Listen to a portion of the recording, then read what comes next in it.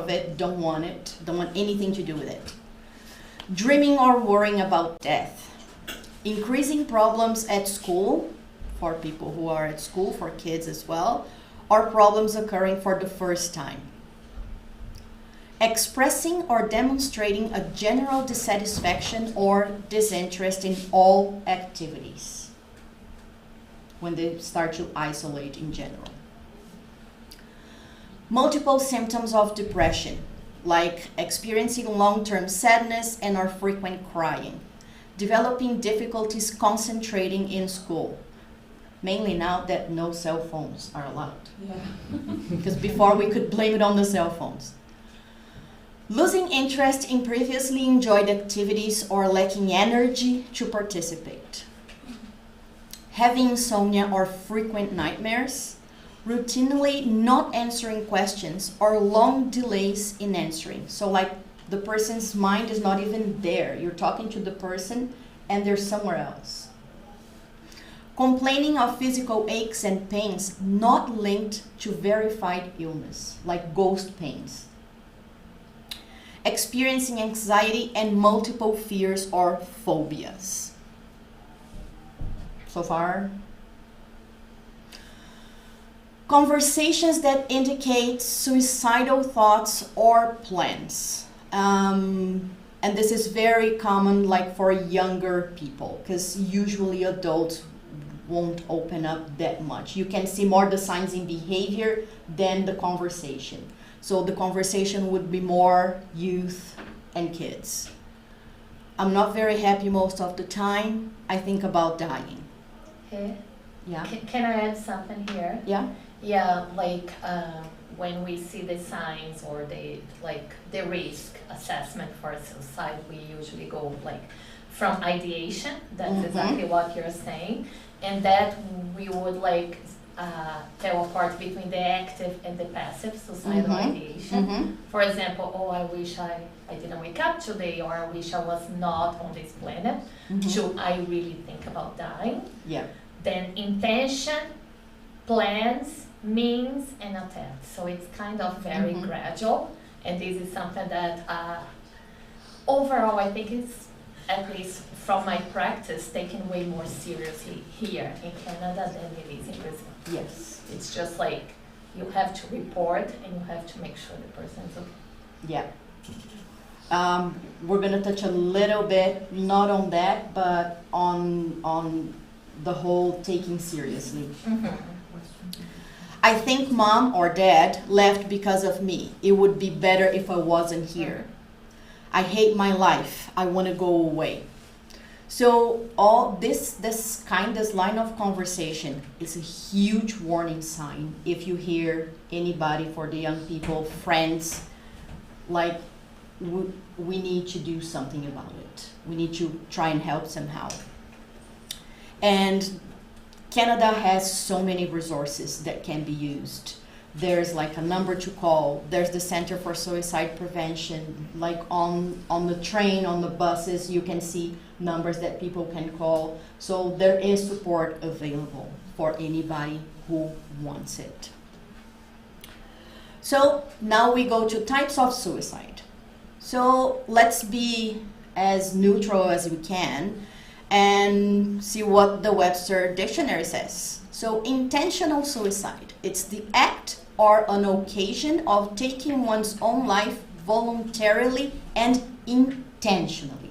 So all those numbers are this, intentional. It was your choice and your intention to kill yourself. And then we have unintentional or indirect suicide. It occurs when the actions or behaviors of a person indirectly causes their death.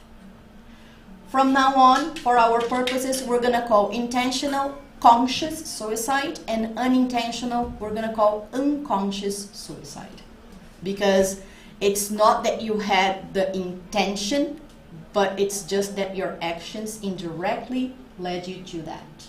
Would unconscious sort of be like, you know, you eat unhealthy for a certain amount of years and you die from a heart attack?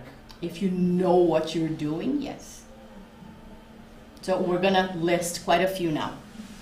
We're going to talk first about direct or conscious, and then we're going to talk about unconscious. So, direct or conscious suicide. Again, numbers like we saw, about 4,500 people each year in Canada alone. Average of 12 people a day actually die, so this is not counting the attempts, but an average of 200 attempts a day. That's a lot. Yeah, it is. And even if you think that 12 is a little over 5%, it's still high. 7 to 10 people profoundly affected of each person who actually dies. Because this is something else. The person wants to get rid of their suffering, but what about whoever stays behind and has to deal with the aftermath? Always.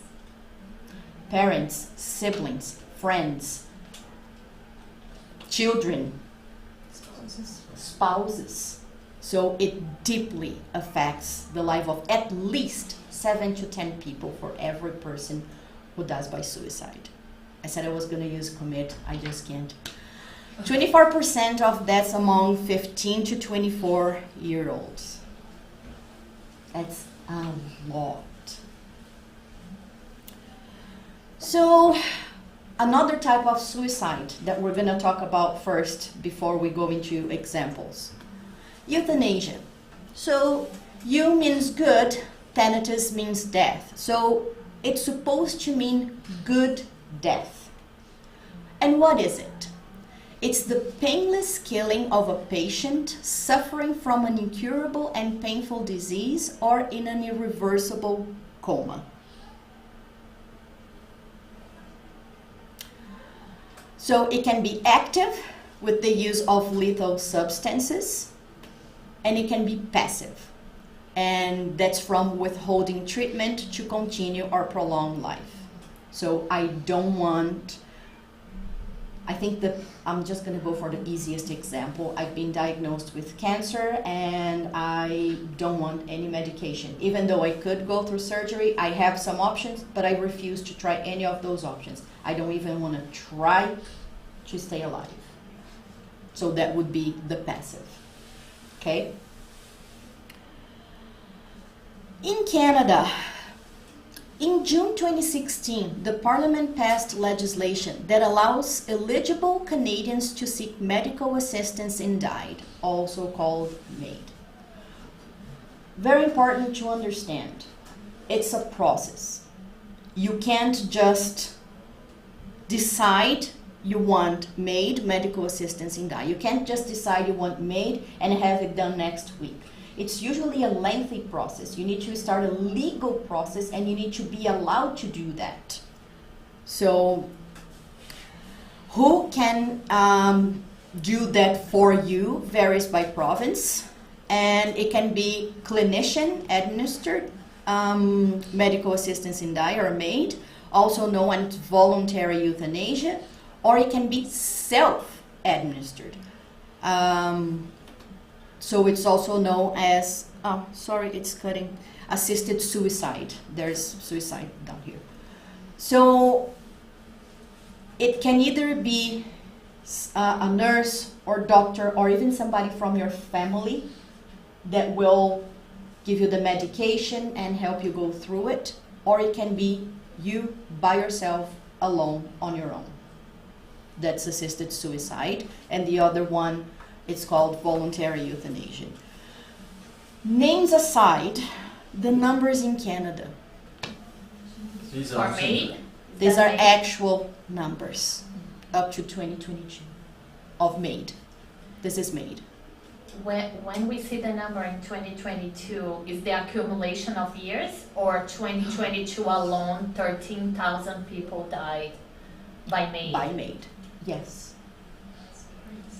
That's only if you have like a disability, though, right? Like There are several. No, there are. several You can apply yeah. for whatever reason. Even if you are 19 and you decide life is not worth it, but you don't want to do it yourself, you want somebody to do it, you can start the process. Doesn't mean it's going to be approved. Probably not. Not everybody gets approved for MAID. This I thought was it was- cumulative though. Yeah, It's not. yeah, It's not. It's not. That's It's my not. question. It's not. I think it would only make sense though if like you'd have some sort of like incurable disease where you feel like you can't continue. You will see that not even in that case it makes sense. And there's a reason why. But yeah, no, guys, I promise it's not cumulative. It is numbers by year. You can ask for that for your GP, your family doctor, Wow. and they say, okay, I will refer you to a Yeah. psychiatrist. Crazy. And they Yeah. technically It's they a will lengthy assess. process. It's not like this. Yeah. Some processes take like 2 or 3 years. In reality, I forget the numbers now, but a good amount of people actually, in the case of incurable diseases, a good amount of people die before the Exactly. resolution comes out from the justice system. So that's how lengthy it is, because they really want to make sure by their judgment, not our, but by their judgment, they want to make sure. So it is a lengthy process. It's not as easy as people may think it is. Even in this case, 2022, 13,241 people died by MAID. And it's just MAID, not even considering other suicides. Yeah, no, that's just MAID. I got a little confused here.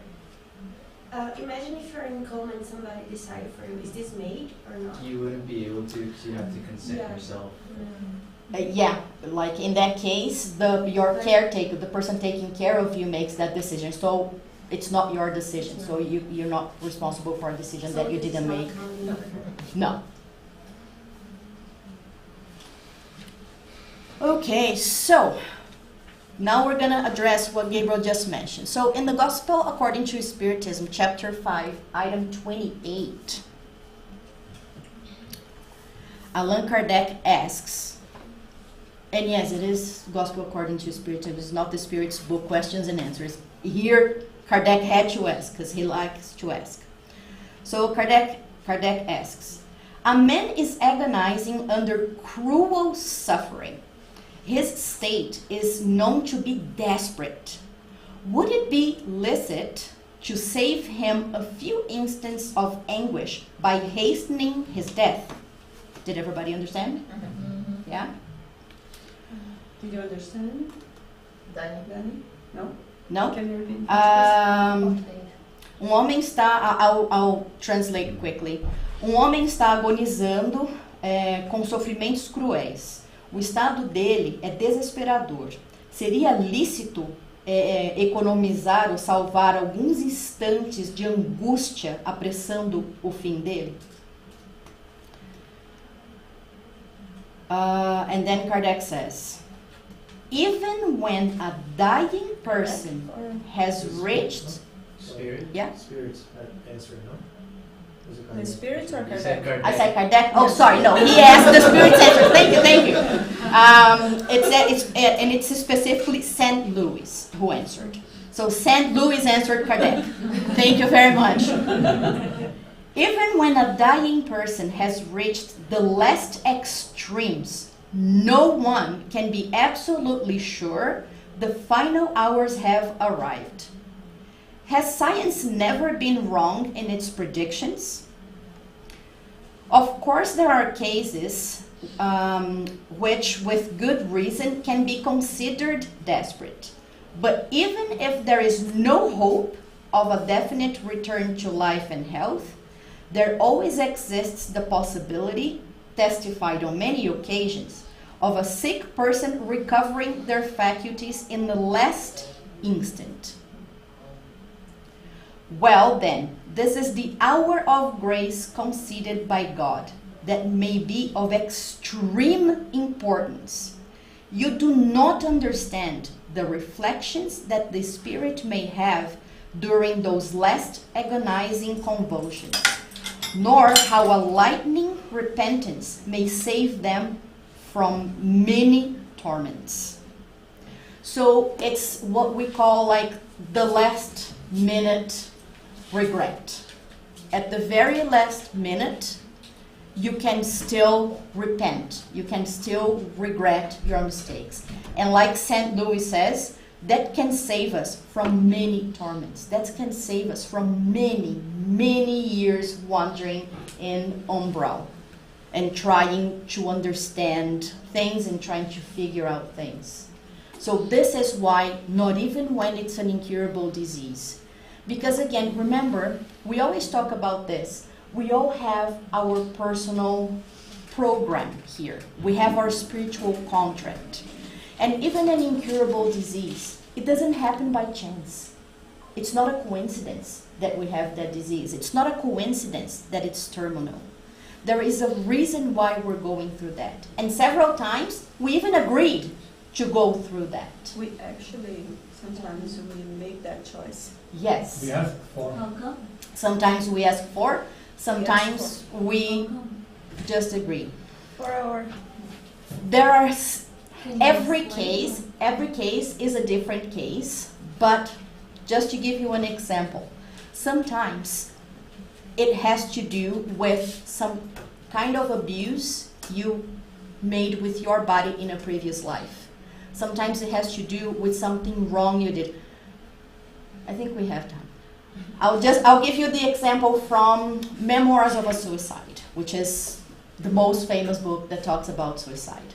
So this book is about a Portuguese writer called Camilo Castelo Branco, and he was actually the first Portuguese writer who actually lived from literature. He lived from his work. And he was well known, and he published on newspapers as well as his books. He was very well known. As he started to progress in age, he started to become blind. So he, around 60, he got so desperate because of his pride and because he thought he wouldn't be able to make a living. He panicked and he shot himself in the head. He ended up in a place called Valley of the Suicide. And there, after being prepared, like I said, it's so much content, it's hard in 1 hour. For example, we are all born, like I said, we have a plan. So we are all born with a certain amount of vital fluid within us, vital energy within us. And there is a number of years we're supposed to live. And that's why doing like smoking, drinking, risky behavior like risky sex or extreme sports, that kind of stuff, anything that would shorten the number of years we were supposed to live is considered an indirect suicide. Because if I was supposed to live 60 and I'm shortening it through my actions, that's also considered suicide. So for example, in his case, he killed himself. He was supposed to live 10 more years. So there was still vital energy in his perispirit to live another 10 years. Those 10 years, that's the time he spent at that place. Because he had to extinguish all that energy before he could move on a spiritual colony to be prepared for his next reincarnation. The moment he was able to go to a colony to be prepared for his next reincarnation, that's a moment we all go through. We are allowed to look at our past lives. Not forever, but only up to the point where it's useful for us. And what did he see? In one of his past lives, he lived in a city in Spain, if I'm not mistaken. Spanish. Spain, right? He lived in a city in Spain. And he fell in love with, and it was a very small town. He fell in love with this beautiful girl. The girl, like he was one of the guys from the village, so fine. But the girl fell in love with a man from the military. And they ended up getting married. And Camilo, in that reincarnation, I can't remember what his name was, but in that reincarnation, he got so Jealous? he got so jealous. He got jealous to a point that he didn't want anybody else. It had to be her. If it wasn't her, it couldn't be anybody else. In the end, he ended up becoming a priest. And he ended up working for the Inquisition. The moment he had an opportunity, he found a fake reason to arrest her husband. In prison, he tortured her husband, and surprise, surprise, he blinded her husband. It was worse than that. You went farther, yeah. Yeah, it was worse than that. He came, after he tortured the guy to no end, he called the lady and he told her, if you agree to have sex with me, I will let him go alive. Wow. She said yes because she wanted to save her husband. And that happened. But before he let her husband go, he blinded him. And I think he cut his Achilles tendon, so he couldn't be in the military anymore. Like, he absolutely destroyed the guy, pulled all of his teeth. So yes, like horrendous acts. And then, when he was preparing for the following incarnation, as a Portuguese writer, he agreed that he would be blind for 10 years. Look at what he did to the guy. It's a law of mercy, But right? divine mercy, because he studied in the spiritual world, because he prepared himself, so he had a lot of attenuating circumstances that allowed him to choose to be blind for only 10 years. So does this example explain why some people would have, yeah. Because in Hinduism, your past life karma, you carry it forward in this life. Yeah, and You both must have good done and bad, something, right? You believe, like, Yeah. you must have done something in the past, but you're carrying it and paying for it. Yes.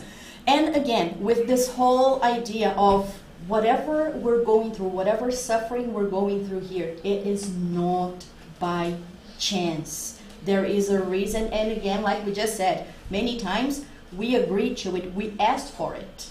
Because can you imagine if he had to go through everything, like an eye for an eye, compared to what he did to the guy? So this is divine mercy. And it's here for all of us. Wouldn't the converse also hold true though? So in a situation that you just described, where somebody has to attenuate or make amends for something that they've done, the principle of mercy and the principle of consolation, even the principle of charity, could it not play out in another way, given the fact that we just don't know? We don't know how long somebody was supposed to live, and we don't know the role that we were supposed to play in their lives. And that mercy could not potentially be defined in the same way that whatever life they went through, if we are, in the case of Maid, having to come to terms with letting somebody go earlier than we might want to let them go because they've suffered enough. And at the end of the day, it could just be... But how do we know that they've suffered enough? But that's my point. We don't know one way or the other. No. So saying that we should just let them continue suffering because it's right that they continue to suffer is just as ambiguous as saying we should let them go early because this is a time for them to go early. We don't know, but what we do know is how we feel. And what we do know is how we resonate with that. All of these examples typically speak about torment, about despair, about suffering, about calamity.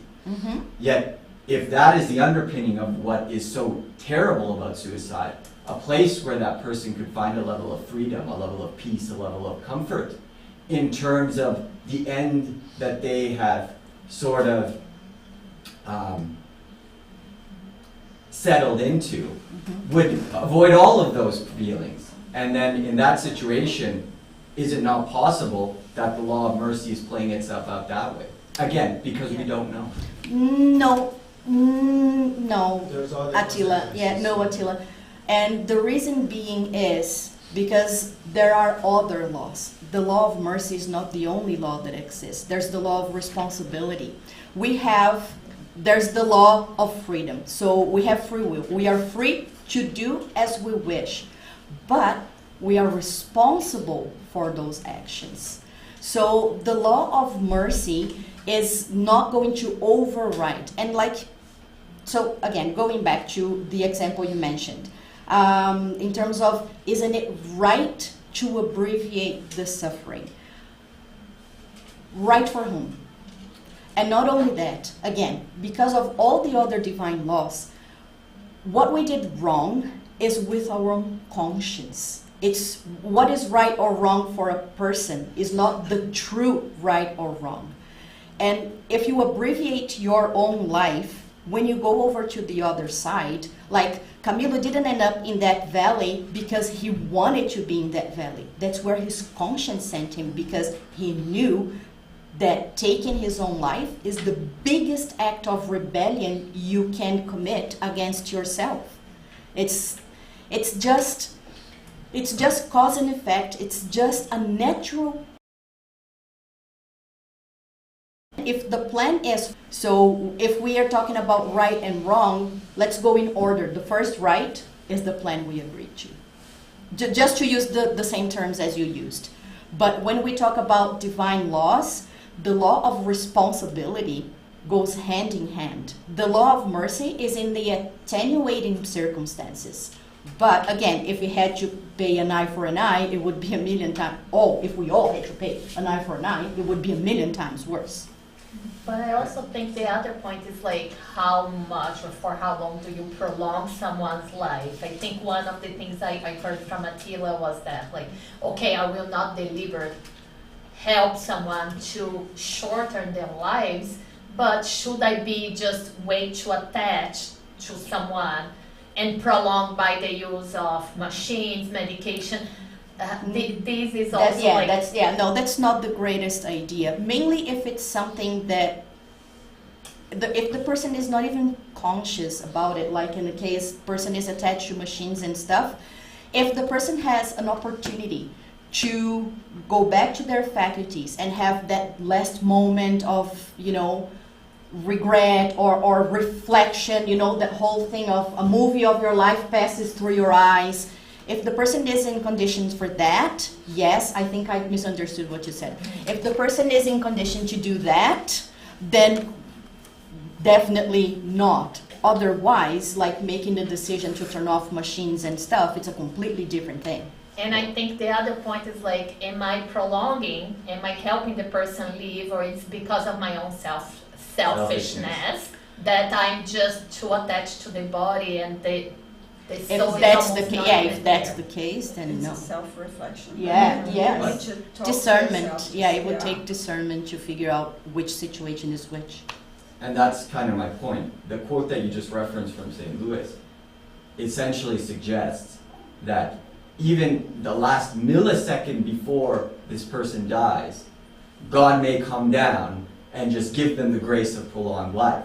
And so that seems to suggest a very black and white line that anything at all, if I don't put them up to a machine or do whatever I can to prolong their lives, and so this is what I'm saying, where I feel like there's room here for a huge level of gray and splitting hairs as to what is now appropriate. Because keep in mind, that was written 200 years ago. Before machines. And There were no this is- machines. Exactly, and this is 2024. And so I think it's very important to not do what some practitioners of the Bible have been inclined to do, which is to treat that as some sort of chiseled in stone set of principles that has no ability to adjust as a result of changes in 2,000 years worth of human development. Yeah. If it applies for 2,000, it should also apply for 10% of that, which is 200.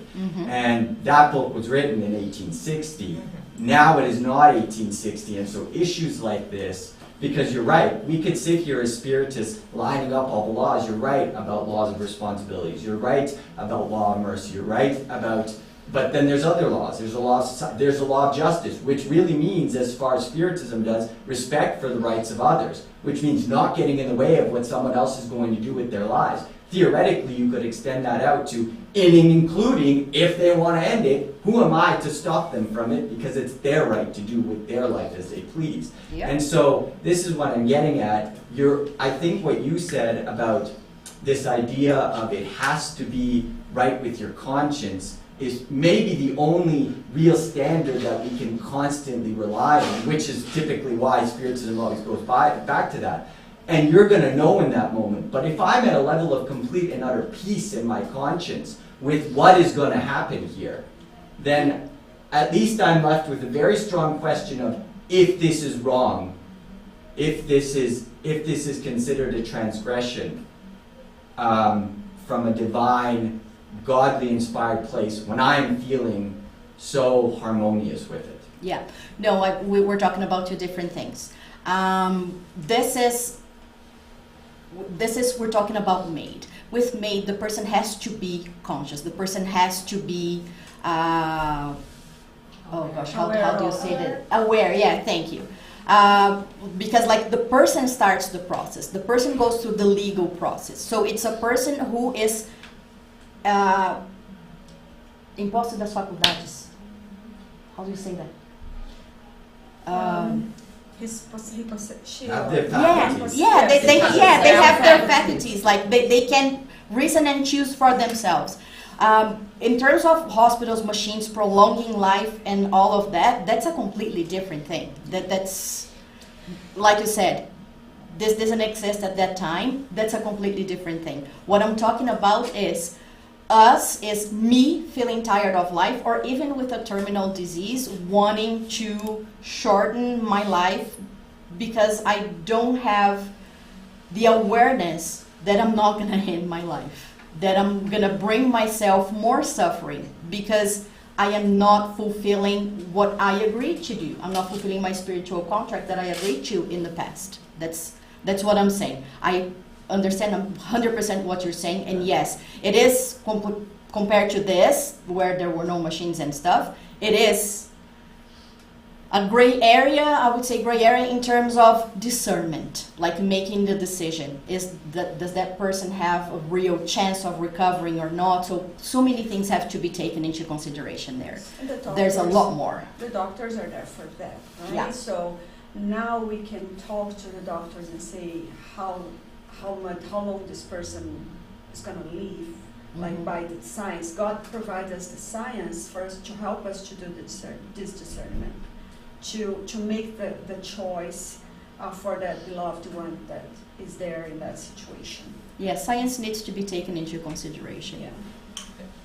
If I may, and I know that we've gone off a little bit, just I'm curious though, as far as your intention then, with regards to MAID, is this a reference to people who would choose to go down that path and a reflection on that? Or is Yeah. it a reference to all the other people around that person? No, that person, the person. Okay. The person who is choosing to do it. It's a reference to that person. As spirits, it's important for us to understand and have the conscious, right, that you mentioned, conscious and unconscious. What is right, wrong, or the consequences of that. The most beauty about the spiritism is that the consolation part, right? So right now, even here, should have disincarnated spirits that may have committed suicides and are here in the other side listening, right? And having a chance to get their conscience back. So that is the good part of spiritism. Even the story that you mentioned about Camilo that has done everything. He was given the opportunity to go back and talk about his story. Yes, yeah. So that is the important part, and what we are here talking about in this month is to have the conscious, what is right, what is wrong, and if we have opportunity to pass through as well. Right? Is there anything we can do for the people who choose to die, like here on earth for them? Like, I know prayer is one of them, but if there's anything else for them to find It peace? depends on how much help they want, right? Sure. So even if it's somebody who doesn't want any help, who has absolutely made their minds, who has decided, who has been approved by law, they're going through it and everything, the only thing you can do is pray. I'm going to ask my dear friend Luis if I can take his Sunday next Sunday, and we're going to continue this next Sunday because we're only halfway through. There's still like all the description of indirect suicide. There's all the consolation part. There's all of that still to come. So we're going to continue this next Sunday. But one important thing, the spirits also tell us that when we pray for a person, praying is energy. When we pray for a person, that energy goes to that person. And if that person is in such a state that they can't even take your prayer. They are so closed off, so isolated as it existentially, that they can't take it. It's not wasted. It's like they have sort of a peel around them, and all of our prayers stay around that peel. The moment that person opens their mind for a split second, the moment they get tired of suffering and they say, I want relief, God please help me, that little peel is going to break off, and all those prayers that were all around are going to go all for that person. So it's never wasted. Even if the person is closed off to it, even if they have made up their mind, all of that, pray. Still pray. Because at some point, they will receive your prayer. But this is for a person that's still alive. But what about the person Both. Both. Because if you think that suffering continues after that, Yes. they also need help, right? They need help from the living world. Yeah. Suicide is such a polemic topic. It's so hard to talk about it because it's something that people do in pain. It's something that people do in suffering. So it's not to be taken lightly. And as much as there are divine laws and everything, the idea is not to kill the person twice. The idea is not to point fingers and blame them. The idea is to understand how the mechanism works. There are bad consequences. We cannot lie either. But there is divine mercy. There's divine justice. Nobody is abandoned in the world. Anybody who asks for help will receive. We are all God's children. And we have so many people who love us. Yeah. Like mothers from this existence, from previous existence. Like everybody says that a mother is always a mother no matter what incarnation you're in.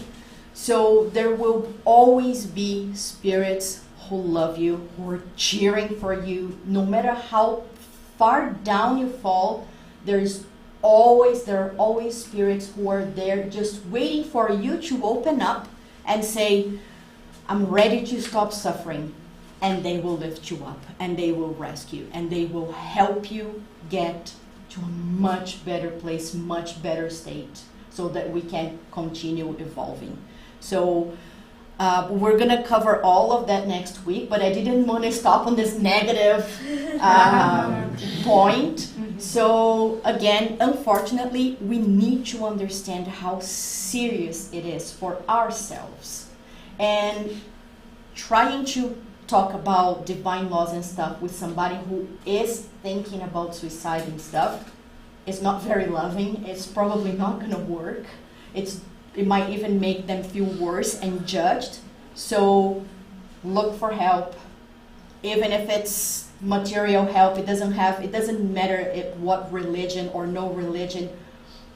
We need to help people so they can get out of that state of mind. Right? So that's the main thing. And for us, if we feel that we're getting depressed, if we feel that every now and then we are having these thoughts, don't beat yourself up. Don't feel guilty because, oh, I know better, I shouldn't be thinking this, oh, I'm a spiritist, I know I shouldn't. Don't judge yourself.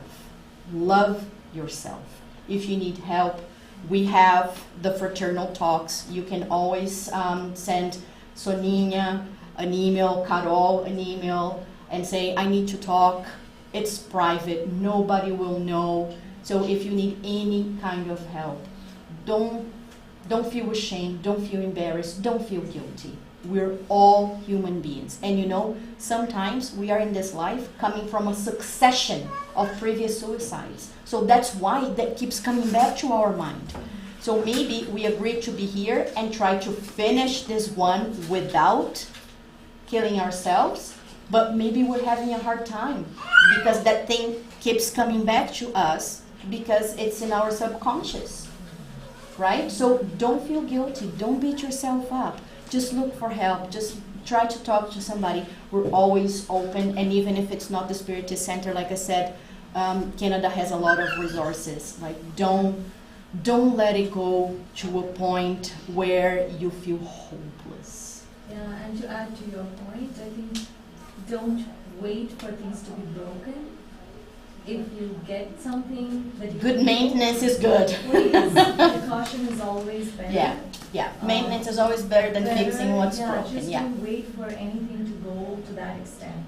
perfect. And the other thing too, like we know that in your religion or faith belief, even like we list as protective factors. So talking about the Suicide Prevention Month, people that have faith, they attempt less. So this is super good to know because, for example, when I see individuals that they go to church or they have a community and thinking about suicide, you already know that they are less likely overall, of course, but to actually to attempt it.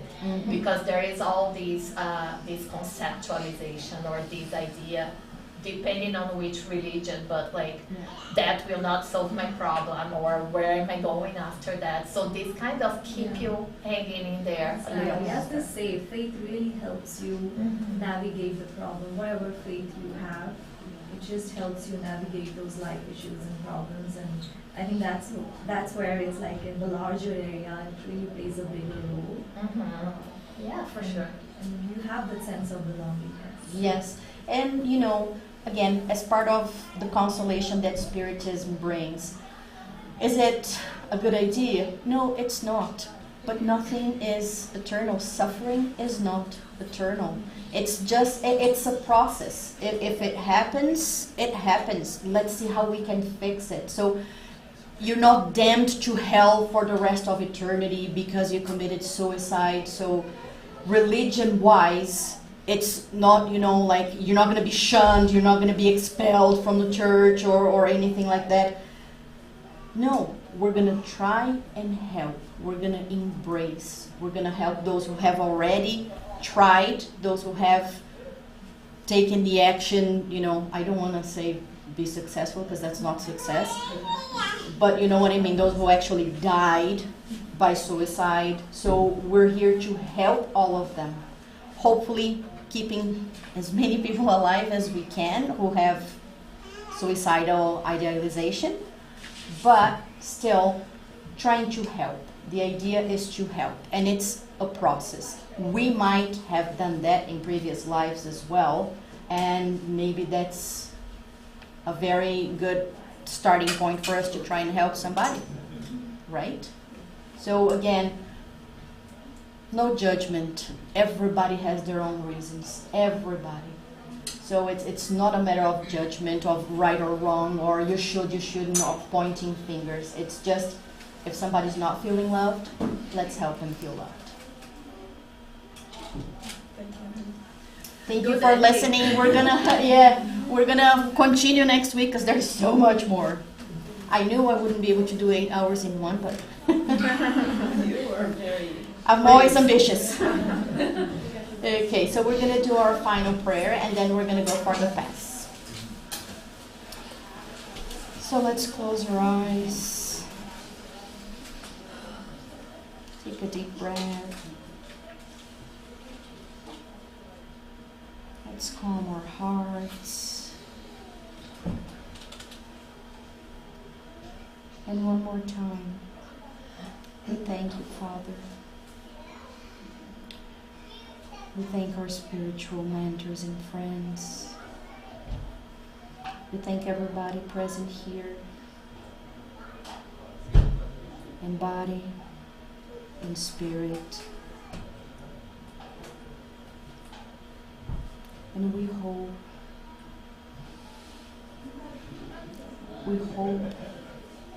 that information can help. We hope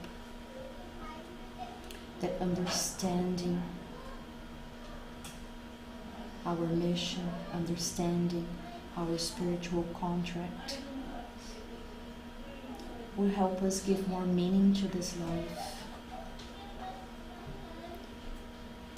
We hope, Father, that if there is a moment that any of us is feeling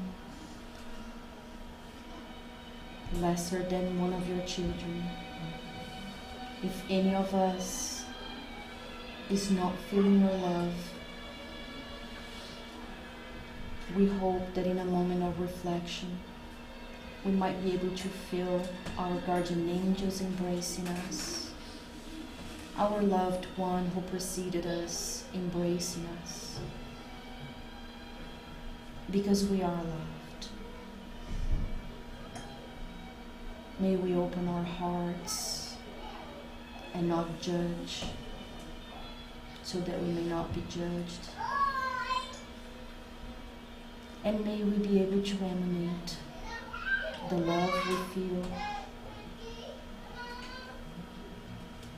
to anybody who is around us, to anybody who needs us. May we go in peace and have a good Sunday and a week full of reflections. So be it.